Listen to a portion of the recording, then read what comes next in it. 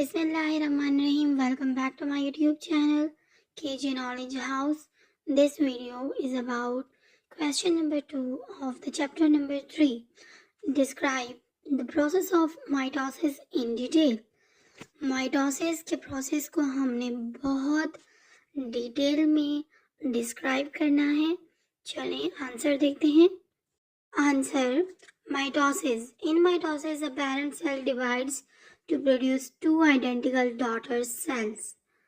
Mitosis में हमारे पास एक पेरेंट सेल दो एक जैसे डॉटर सेल्स में तकसीम हो जाते हैं. मतलब कि माइटोसिस में हमारे पास एक पेरेंट सेल दो आइडेंटिकल डॉटर सेल में डिवाइड होगा.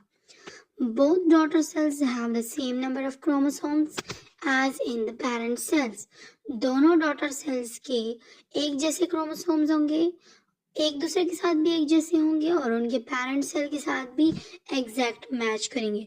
तो सेम नंबर ऑफ क्रोमोसोम्स होंगे पेरेंट सेल के और दोनों डॉटर सेल की भी. Growth, development, healing of wound, regeneration and asexual reproduction takes place through mitosis. Mitosis हमारे पास बहुत ज़्यादा चीज़ों में इस्तेमाल होता है. बहुत सारे प्रोसेसेस माइटोसिस की वजह से होते हैं, जैसे growth, development, healing of wound. Growth मतलब बढ़ना, डेवलपमेंट मतलब नशोनुमा होना, हीलिंग ऑफ वाउंड्स किसी जख्म को भरने के लिए भी माइटोसिस के ज़रिए सेल डिवीजन होती है. रीजनरेशन दोबारा से रीजनरेट मीन्स बनना, दोबारा से बनना, उसको हम माइटोसिस प्रोसेस के ज़रिए करते हैं. एंड एसेक्सुअल रिप्रोडक्शन, इन सब प्रोसेसेस में माइटोसिस के ज़रिए सेल डिवीजन होती है और ये प्रोसेसेस फिर मज़ीद आगे बढ़ते हैं. Before the start of mitosis, cell replicate its entire DNA so as to produce an extra copy of each chromosome. जब माइटोसिस शुरू नहीं हुआ होता उससे पहले सेल जो है वो रेप्लिकेट होना शुरू कर लेता है और डीएनए को रेप्लिकेट करके उसकी एक एक्स्ट्रा कॉपी बना लेता है. मतलब हर एक क्रोमोसोम का एक एक्स्ट्रा कॉपी बन जाती है. At first, the nucleus divides into two nuclei and then cytokinesis takes place. पहले हमारे पास क्या होगा कि न्यूक्लियस दो न्यूक्लियाई में तकसीम होगा, फिर उसके बाद साइटोकाइनेसिस का प्रोसेस होगा. The division of the nucleus takes place in 4 phases. Nucleus की जो तकसीम है वो 4 phases से होके फिर उसके बाद होती है. Number 1 prophase, metaphase, anaphase and telophase. तो टोटल हमारे पास 4 फेजेस इन्वॉल्व होते हैं न्यूक्लियस की डिवीजन में. Before the start of cell division, cell replicates its DNA. अभी अगर शुरू नहीं हुआ होता सेल डिवीजन शुरू होने से पहले सेल रेप्लिकेट करेगा अपने डीएनए को.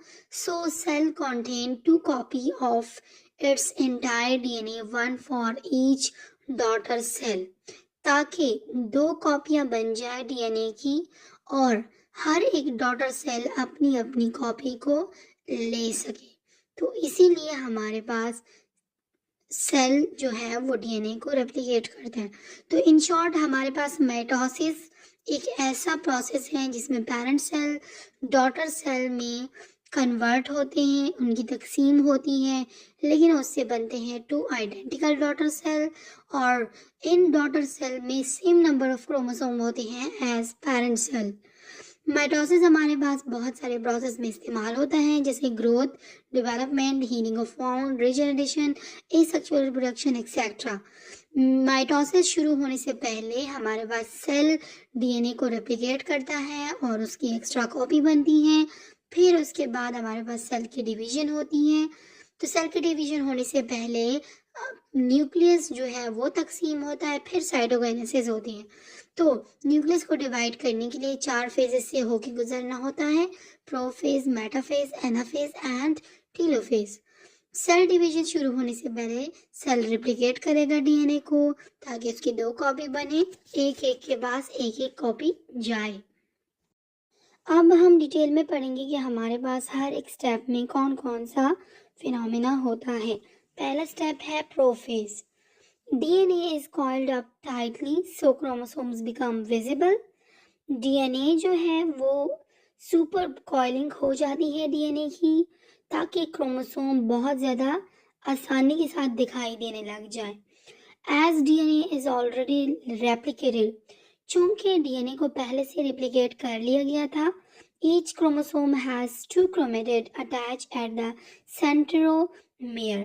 हम लोग डायग्राम में भी देख सकते हैं कि हर एक क्रोमोसोम्स के तकरीबन दो क्रोमेटिड्स हैं और दोनों क्रोमेटिड एक सेंट्रोमेयर पे अटैच हैं और दोनों का जो पॉइंट एरिया है जहाँ पर ये दोनों आपस में एक दूसरे के साथ अटैच हो रहे हैं उनको बोलते हैं centromere. Nuclear membrane disappears and spindle fibres begin to form. यहाँ पर आहिस्ता आहिस्ता न्यूक्लियर मेम्ब्रेन ख़त्म हो रही है और स्पाइंडल फाइबर जेनरेट होना शुरू हो गए हैं। Number second is metaphase.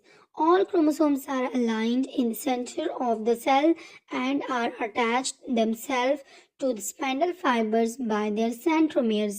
Metaphase में क्या होता है कि सारे क्रोमोसोम्स हमें दिखाई दे रहे हैं जो बिल्कुल सेंटर में तरतीब के साथ वो एक दूसरे के साथ अरेंज हो गए हैं और स्पाइनल फाइबर्स क्या कर रहे हैं, वो क्रोमोसोम्स के सेंट्रोमेयर पर अटैच हो रहे हैं। Third is anaphase. Each centromere splits. The separated chromatids are pulled to the opposite poles of the cell. Anaphase में हमारे पास क्या होता है कि हर एक सेंट्रोमियर स्प्लिट हो जाता है और दो क्रोमेटिड्स एक दूसरे से अलग हो जाते हैं।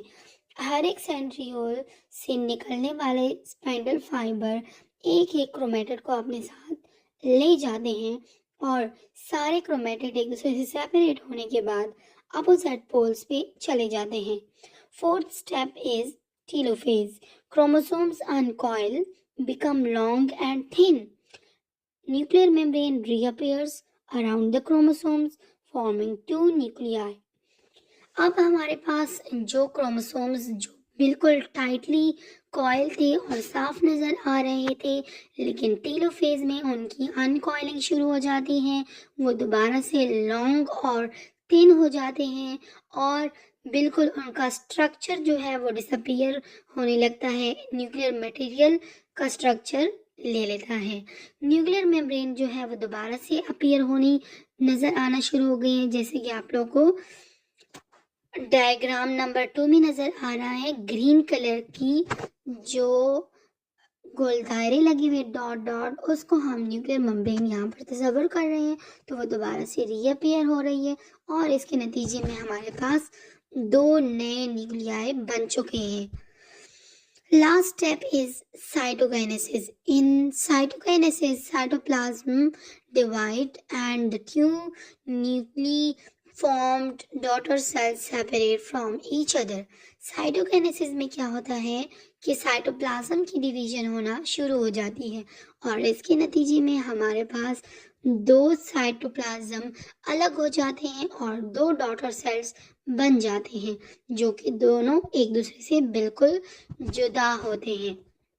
लेकिन इनमें जो क्रोमोसोम्स होते हैं वो दोनों आइडेंटिकल होते हैं और दोनों में सेम नंबर ऑफ क्रोमोसोम्स, कोई वेरिएशन नहीं पाई जाती, same as to the parent cell